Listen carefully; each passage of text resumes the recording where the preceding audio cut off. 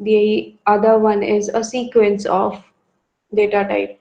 So the simple variable can also be used in a sequence, and the sequence of variable can also have multiple arrays of sequence of sections. So the encoding format is also specified over here, which says that it actually requires three fields: tag, length, and value, and each of the field has been specified certain bits which are used to represent that information. Then we moved on to the codes which are used for those particular data types and try to solve and assign certain values or how to define these data types and certain strings.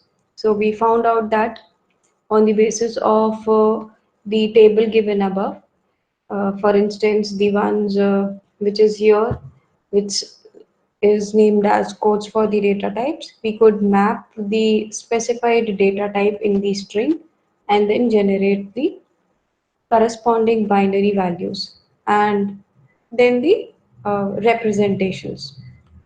So, um, so we'll again come back to the second case, which was MIB.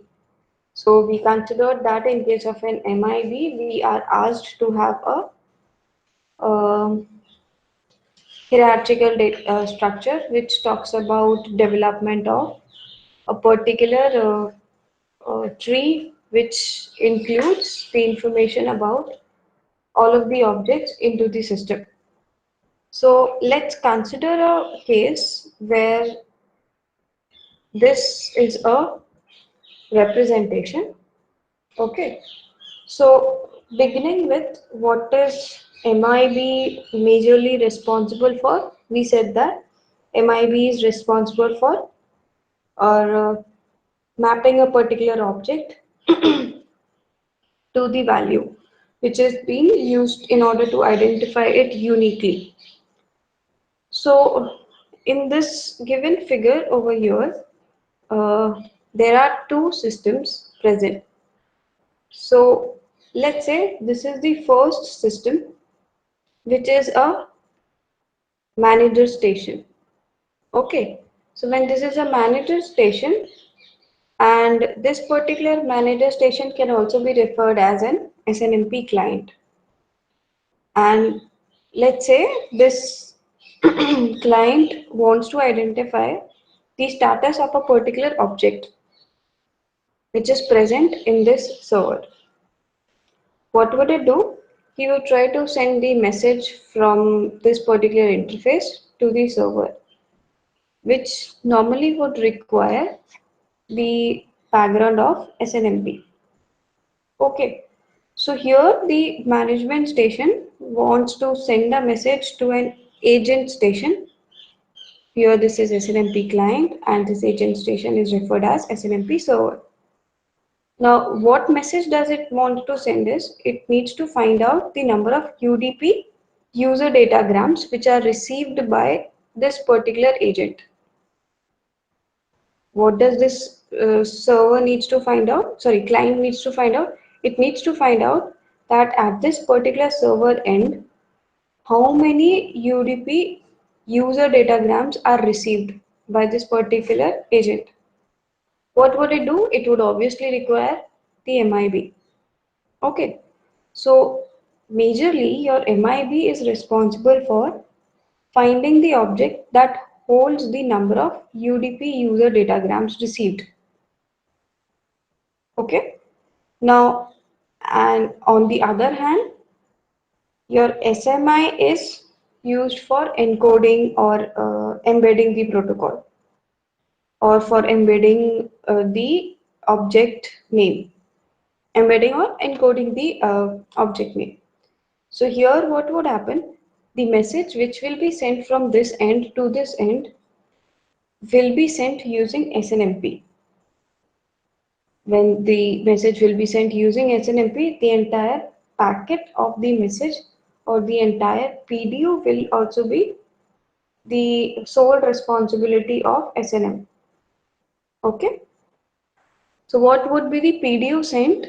From here to here, there would be a PDU named as get request message sent, and when the get request message is being sent, that get request message would be encoded, or we can say that it would be encapsulated in a particular encoded message. Okay, so when this entire data transmission is happening, here what is being referred is the first line says that this client is interested to find the number of UDP user datagrams. Okay, here there is a link present between both of these boxes, and there is a dot representation pointing to MIB. Okay, what is the role of MIB over here? Here MIB is used to find the object which holds the number of UDP received. It would try to find out that which object is the one which holds this particular information. Okay, once done, what would it send? It would direct the information to that particular object. So the object has an integer value and is called UDP in datagram with ID. So based upon the requested information, we looked upon into the MIB tree, find out or mapped which object variable will be having this information. Okay. Now when we found out that what object variable will be having this information, we got this particular string. So this particular string is only understandable to the responsible MIB. Okay. Now next thing is, once you have got the string or once you have got the encoded message, what would happen? Here this link is connected to the next block and a dotted link is connected to SMI. Here what would SMI do? The responsibility of SMI is for encoding the name of the object. Clear? So it would encode the particular name of the object. This is the name of the object. Okay. Then retrieve the value of an object with the code. So what we did, we had done this particular numerical in our last classes.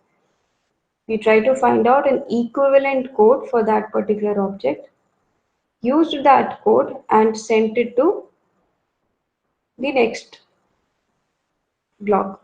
Here the usage of SNMP comes in. So here what would this SNMP do? It would create a message and encapsulate the encoded message by SMI. Which one is the encoded message? The message which is returned over here. Okay, that is why here it is saying that encapsulate the request in a get request message. As soon as the message is received at this agent side, it would find out, map the values, decrypt the message, decode the message, okay, and then find out the value which is stored corresponding to.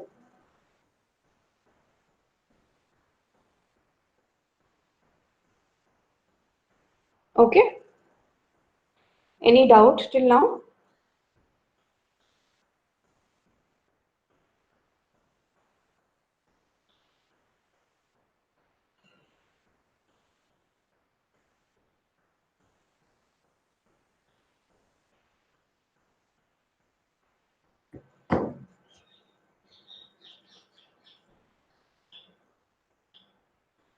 Shall I move ahead?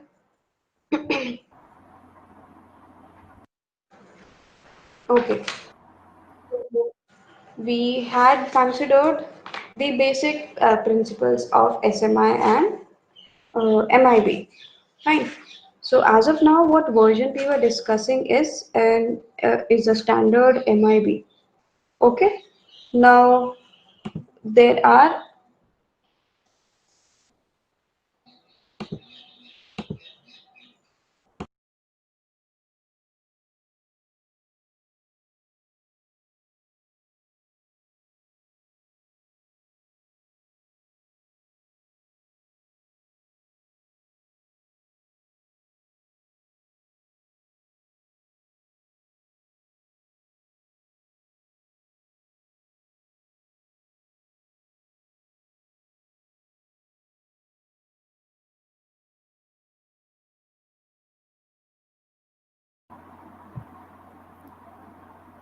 Hello, ma'am.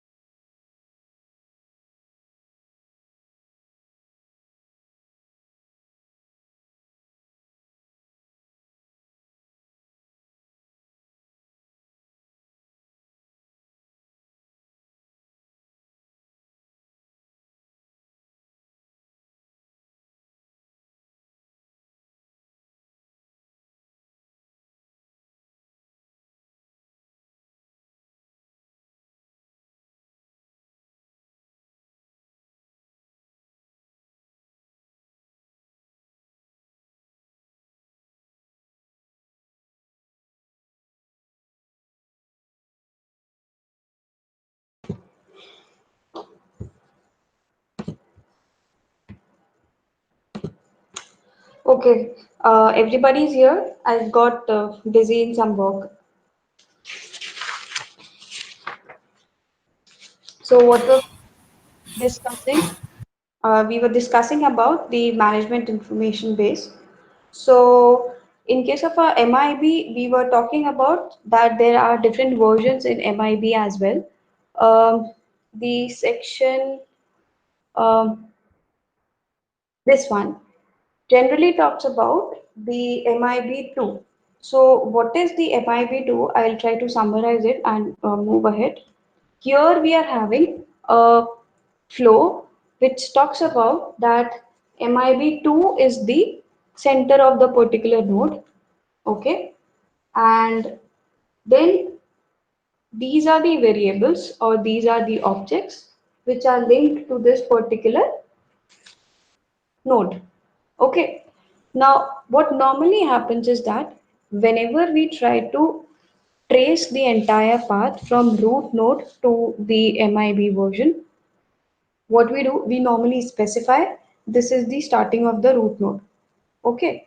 Now, what normally happens is every agent which is present into the entire architecture has its own MIB. Okay, so here we have different versions of MIB. Let's say here we'll say that each agent has its own MIB2. Okay, what does this MIB2 has? It is a collection of all the objects that the manager can manage. Now here, in case of an MIB2, the objects are categorized under 10 different groups.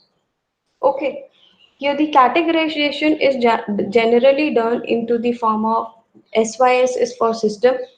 Next, you will have interface. Next, you will have AT is for address translation. This is IP, I guess it is already understood. ICMP, TCP, UDP.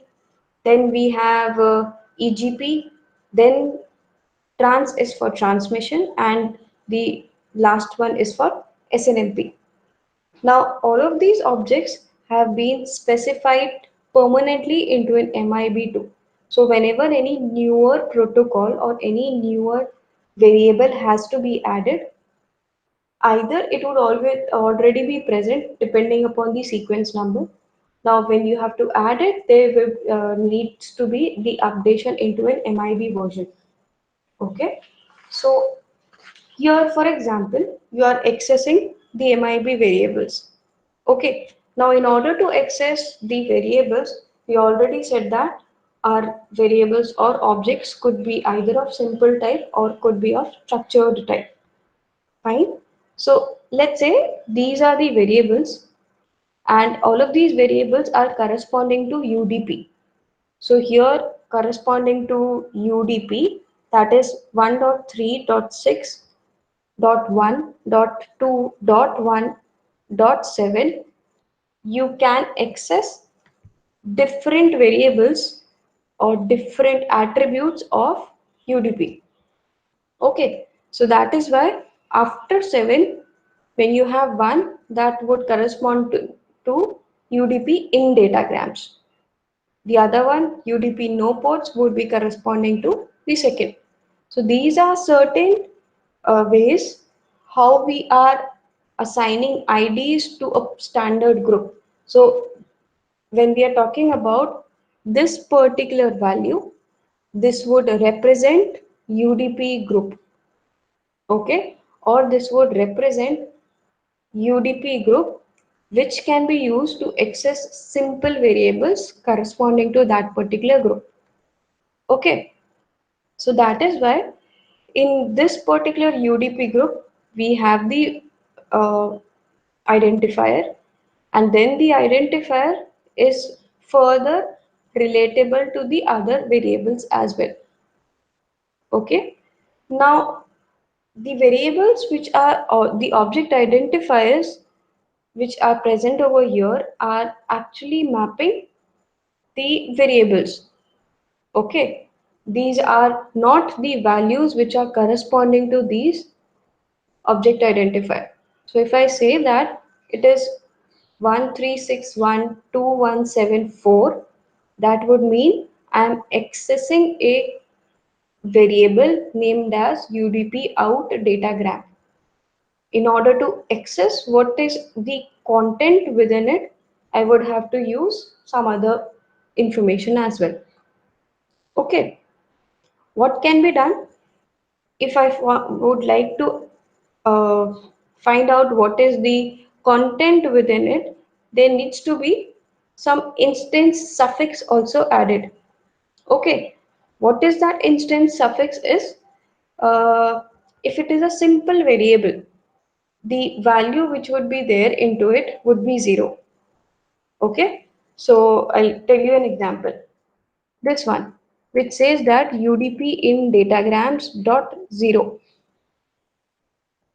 Okay, so this 0 specifies that currently into this particular object identifiers variable, the value is 0. And when you if you like to map this into the integer representation as well, you'll have to add 0 at the last. Okay, so first what is being done? First is you are having the integer representation for the ID or for a particular object. Then you have the information about the content which is stored into that particular variable. Clear? Now, moving forward, let's say you are talking about UDP table. Okay. Now, UDP table has the specific link, only has a direct link which is having the value 5. Now, with reference to the UDP table, since UDP table has multiple entries, you will have to identify you are retrieving or you are interested to retrieve which value. Are you interested to have a UDP local address or you are interested to have a UDP local port? For those particular information, the sequence would vary. Okay. Now, moving forward, let's say this is a figure which talks about UDP variables and table. We said that UDP datagram has this address. Okay.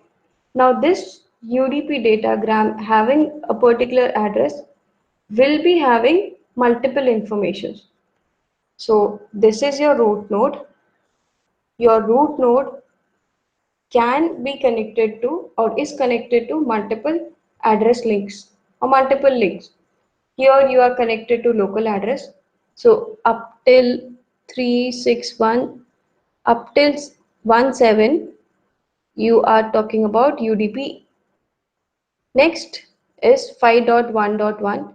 We are talking about UDP local address, which is 5. Okay. So 2.7. Okay. Then we have 5, which is talking about UDP table. Okay. Within that UDP table, we are talking about UDP local address. So it would have 5.1.1. Clear? So it has 5.1.1. Now, what does this mean? You can either access individually the object identifiers, or you can access them on the basis of their particular root nodes. Clear? Similar thing can be done over here. Now here what are we doing? We are only ordering, or we are only making a sequence of all the variable. Either you can have them in the form of an integers, or you can have them in the form of variables. If you have them in the form of variables, you'll have to map it into the identifiers or the integer identifiers which have been discussed above on the basis of the data types and the corresponding values, or you can map it using the individual IDs. Okay, you can have the ordering on the basis of the indexes. Here it is talking about only the last values. You can have it on the basis of lexicographical ordering. There, what can be done is your entire tree hierarchy can be connected. So you do not have to repeat all of these informations again and again. Only the tracing of the tree, since the tracing of the tree is done from top to bottom, similarly you can trace the entire table over here using the identifiers corresponding to the parent node. Okay, now we already discussed that in a SNMP the messages are being sent on the basis of PDUs, which is packet datagram units. Okay, now these PDUs are generally uh, get request, get next request, get bulk request, set request, response, trap, inform request, report request. So what normally happens is that all of these informations are also communicated in some or the other way. So just like how an IP packet is sent, there are multiple information stored into the IP packet. Similarly, whenever any SNMP PDU is sent, and these are your request messages, so the informations corresponding to these messages also needs to be stored into the SNMP packet. Where does it happen is, for that you will require an SNMP PDU format or the SNMP message format. Okay, now as seen here,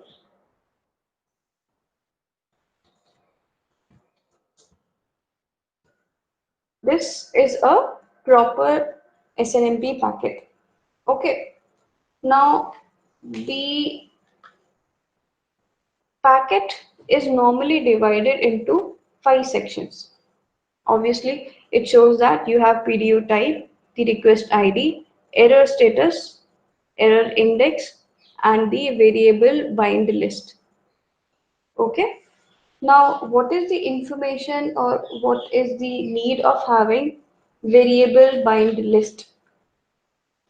I guess the initial 4 values which are present are well said. If I talk about PDU type, so this PDU type would only tell you that what type of field or what type of message are you sending in. So what type are we sending in? We are sending in request message or we are sending in response message. So all of these messages have already been told. Okay. Next is what is the request ID. So request ID will actually be corresponding to a sequence number. What would be the sequence number? The sequence number which is used by the manager in the requested PDU. Okay, now when a request message is being sent from one client to the agent, he would send with a particular sequence number. Let's say I'm sending it with one, which normally happens in TCP. If I'll send one packet, then the response would come, which would be mapped on the basis of the sequence numbers only.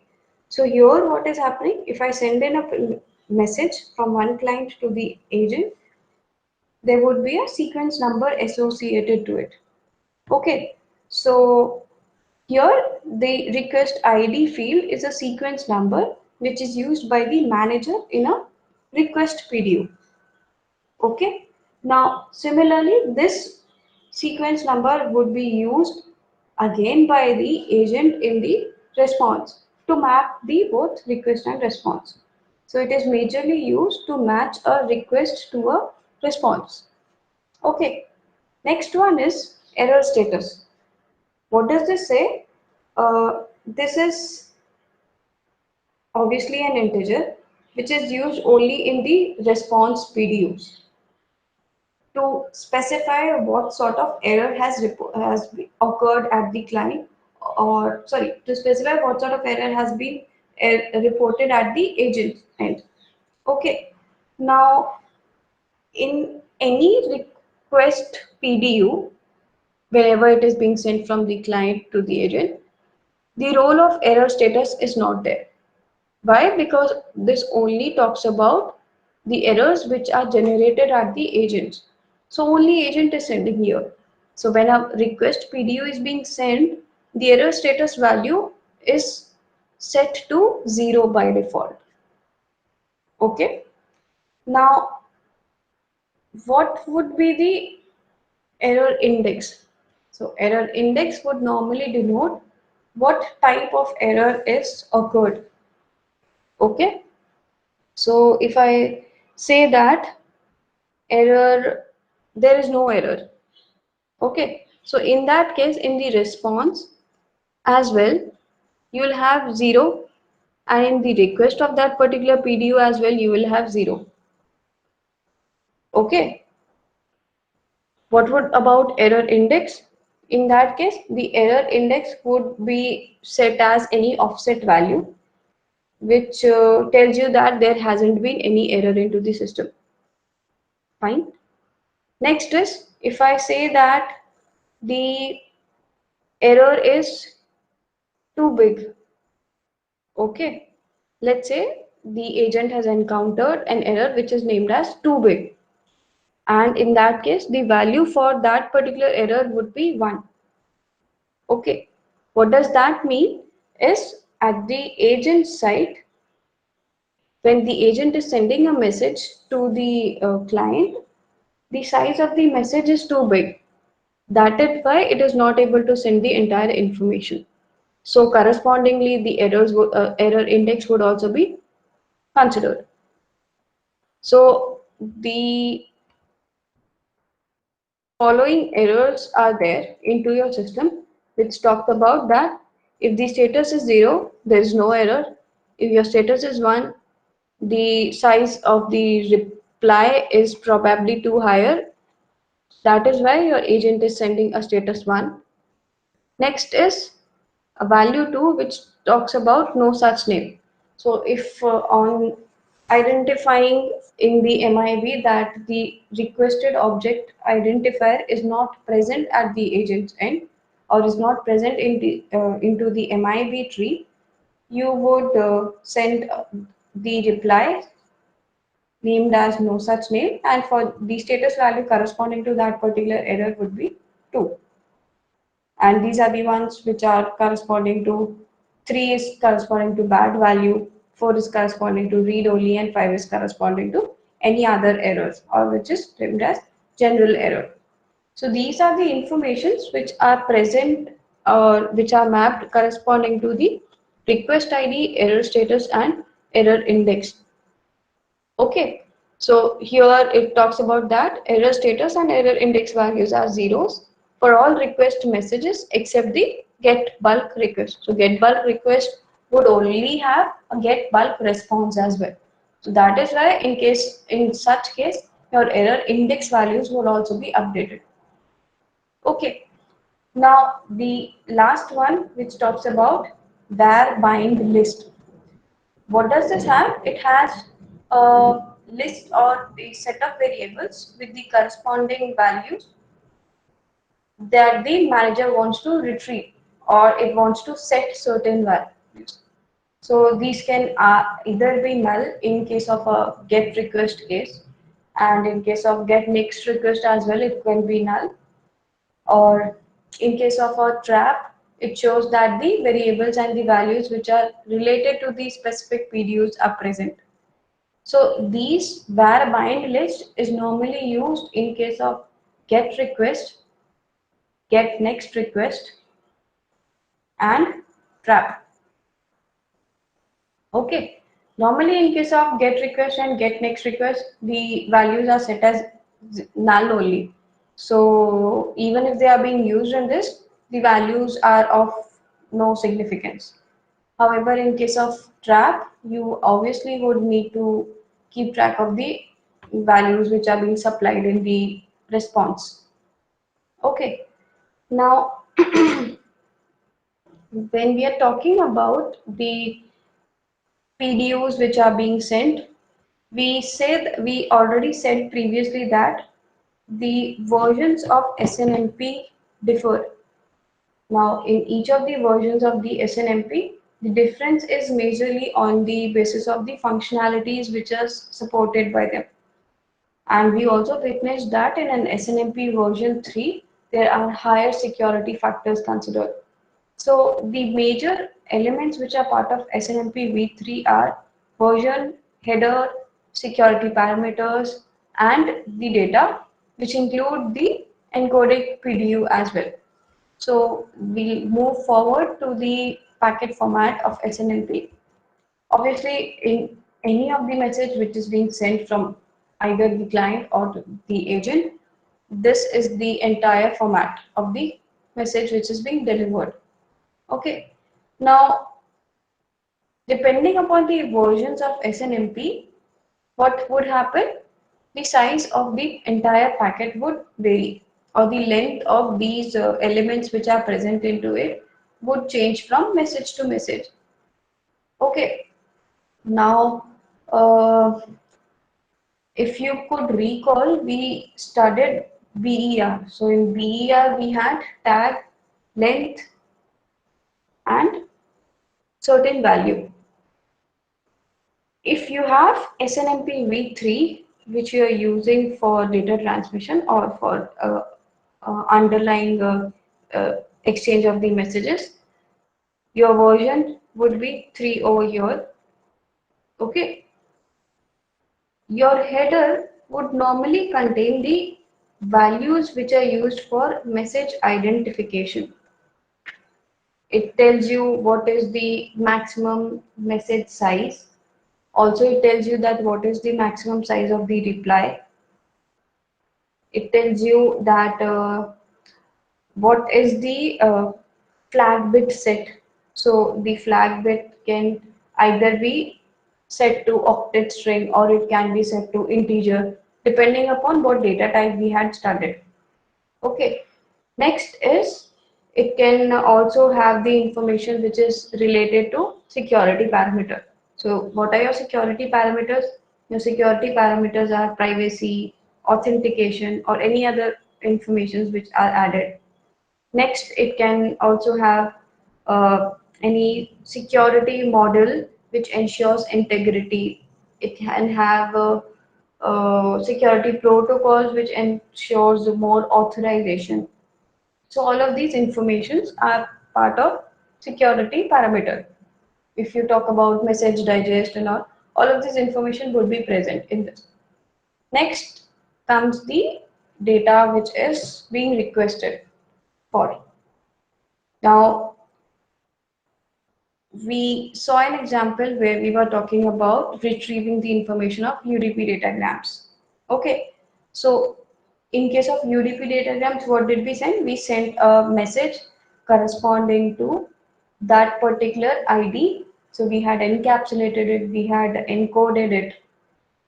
Okay, now the data section in the PDO generally says that if the data are encrypted, the information about encrypted data or the encrypting engine is present over here. It would tell you that what manager program did the entire encryption, what is the encrypting context, how many messages or other data are followed by the encrypted PDU, how many number of bits are followed by this particular encrypted PDU. So it gives you the information that whenever the receiver receives the message and while decrypting it you had to find out what is the actual information present in it. It is much easier that these are the algorithms which are being used for encryption. So similarly at the receiver's end you can use a decryption algorithm as well.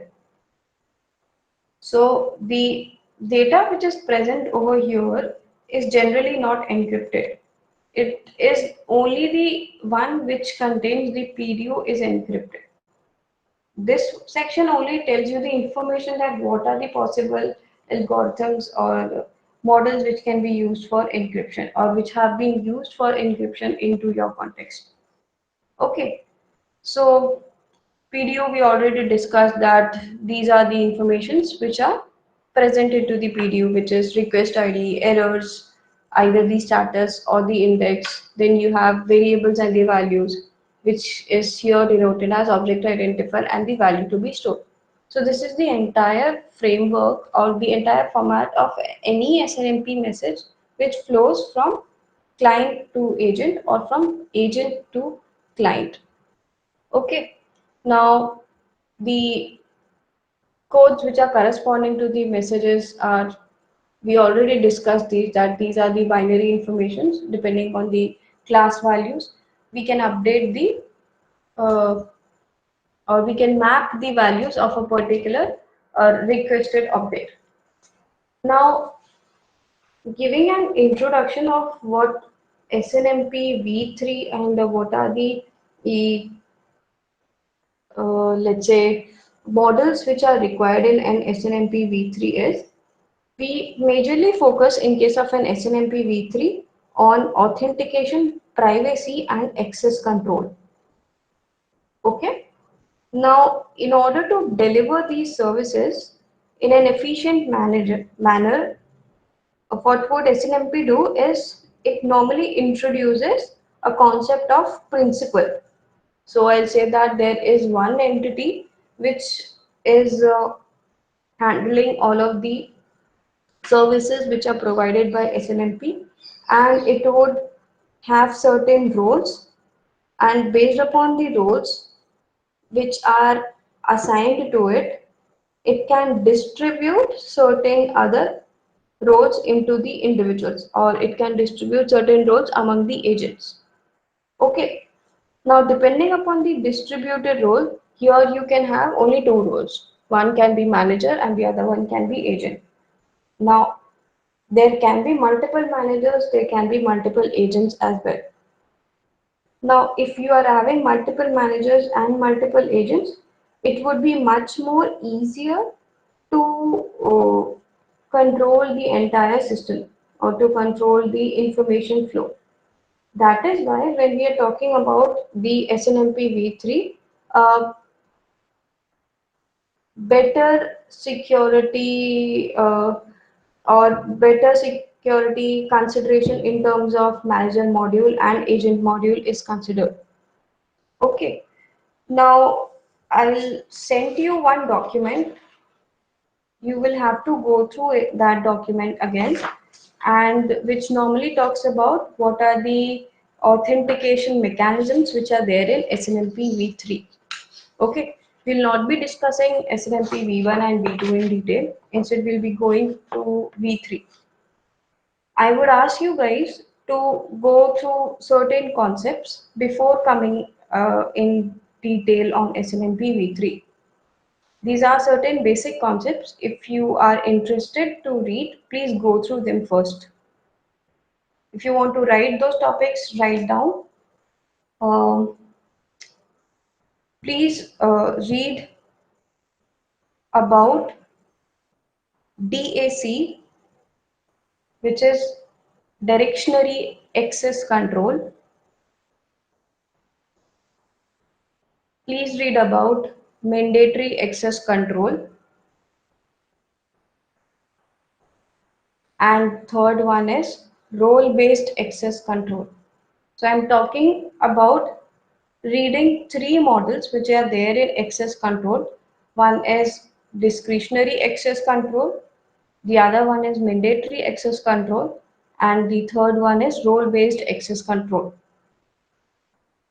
Okay, so based upon these access control models, we will be discussing about SNMP v3. Okay, any doubt?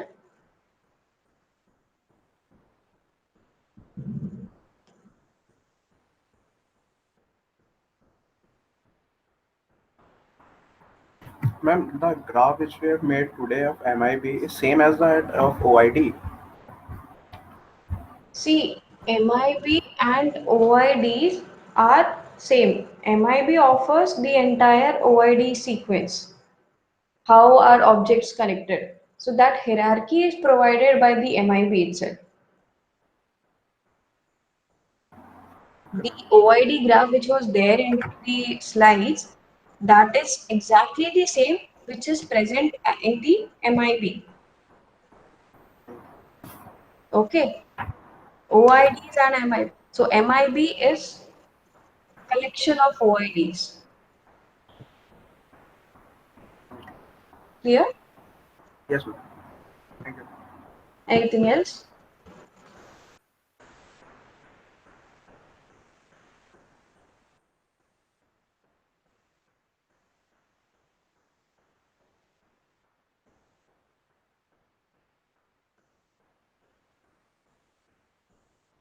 Any other doubt? No, ma'am.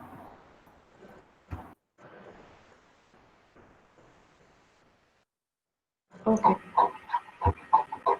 I guess this document you already have now.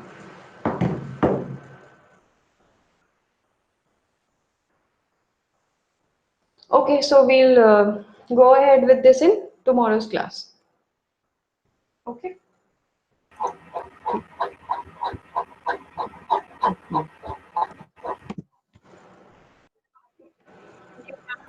Thank Thank you, you, ma'am. ma'am. Thank you, ma'am. Thank you. Thank you, ma'am.